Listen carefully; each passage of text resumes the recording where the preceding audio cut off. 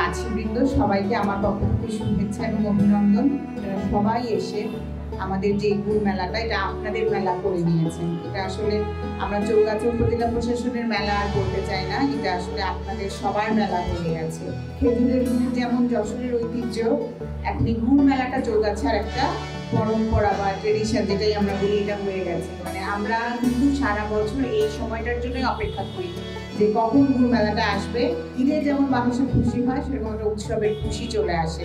কাল পড়াশুনো থেকে গাছেদের সাথে যোগাযোগ করতে শুরু করি, তাদেরকে বিভিন্নভাবে আমরা মোটিভেট করি যাতে তারা গুড় মেলায় আসেন। কারণ আপনারা জানেন যে যারা গাছি তারাই কিন্তু আমাদের কৃষক, তারা আসলে মাঠে খুব ব্যস্ত থাকেন। এই বছরের 3টা দিন যদি উনি আমাদেরকে সময় দেন, ওনার হয়তো অনেক বেশি ব্যবসা হবে, এটা আমরা ওনাকে বোঝাতে চাই। তো এই মিলন মেলায় আমাদেরকে যারা শারীরিকভাবে সাহায্য করেছেন পর্দার অন্তরালে থেকে, তাদেরকে অনেক আমি ধন্যবাদ এবং কৃতজ্ঞতা জানাচ্ছি। এবং এই মেলাটা যেন এই চৌগাছাকে ছাড়িয়ে, যশোরকে ছাড়িয়ে বাংলাদেশের সব আনাচে কানাচে পৌঁছে যায়।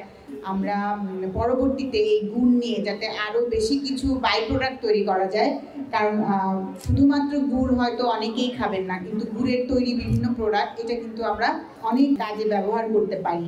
যেই সময় একজন কৃষক গুড় উৎপাদনে নিজেকে সম্পৃক্ত করেন, সেখানে যদি আমরা মেকানাইজেশন করতে পারি, যন্ত্রের মাধ্যমে সেটা যদি কাজটা করতে পারি, তাহলে ওই কৃষকটা তার যে শারীরিক পরিশ্রমটা আছে অন্য কাজে তিনি ব্যবহার করতে পারবেন।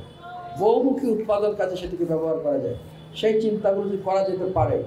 এবং আপনাদের এই মেলার কারণেই কিন্তু শুধু বাংলাদেশে নয়, সারা পৃথিবীতে এই খেজুর গুড়ের মেলা, চৌগাছার খেজুরের মেলা, এটা কিন্তু সারা বিশ্বে কিন্তু একটা সুপরিচিত একটা মেলা হিসেবে স্থান পেয়েছে।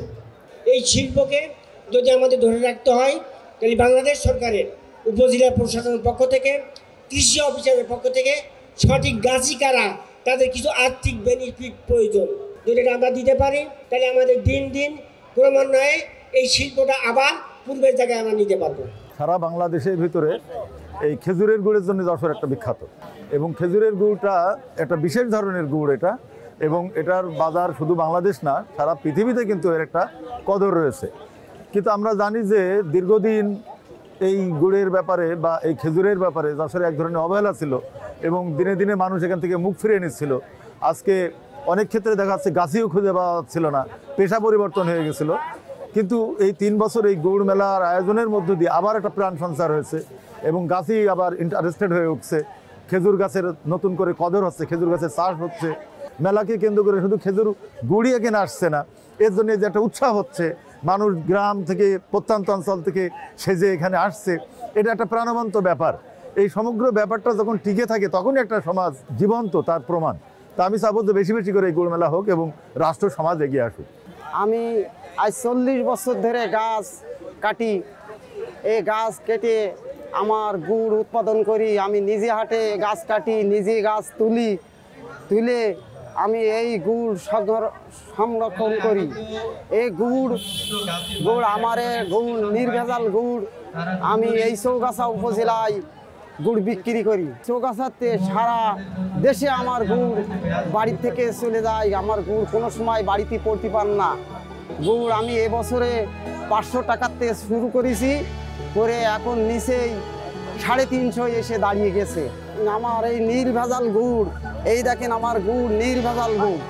এই গুড় আমার গুড়ি কোনো খাইত নেই। 7 নম্বর পাতিবিলের ইউনিয়নের গুড়ি কোনোই খাইত নেই। আমরা আশা করছি যে চৌগাছা যশোরের মধ্যে অনন্য উচ্চতায় পৌঁছে যাবে, যেহেতু এটা জিআই পণ্য হিসেবে স্বীকৃতি লাভ করেছে অলরেডি। এবং আমরা মনে করি যে এইটা সারা যেখানে যেখানে সমতল ভূমি আছে, যেখানে খেজুরের রস হয়, যে মাটিতে জন্মায়, সেখানেও এটা প্রযুক্তিটা গ্রহণ করে প্রশাসনিকভাবে আমাদের দেশের এই ঐতিহ্য ফিরিয়ে নিয়ে আসার চেষ্টা করব। সবাইকে এই 3 দিনের সব প্রোগ্রামে উপস্থিত থেকে আমাদের মেলাটাকে জমজমাট করার জন্য অনুরোধ জানিয়ে আমার বক্তব্য শেষ করছি। সবাইকে অনেক ধন্যবাদ।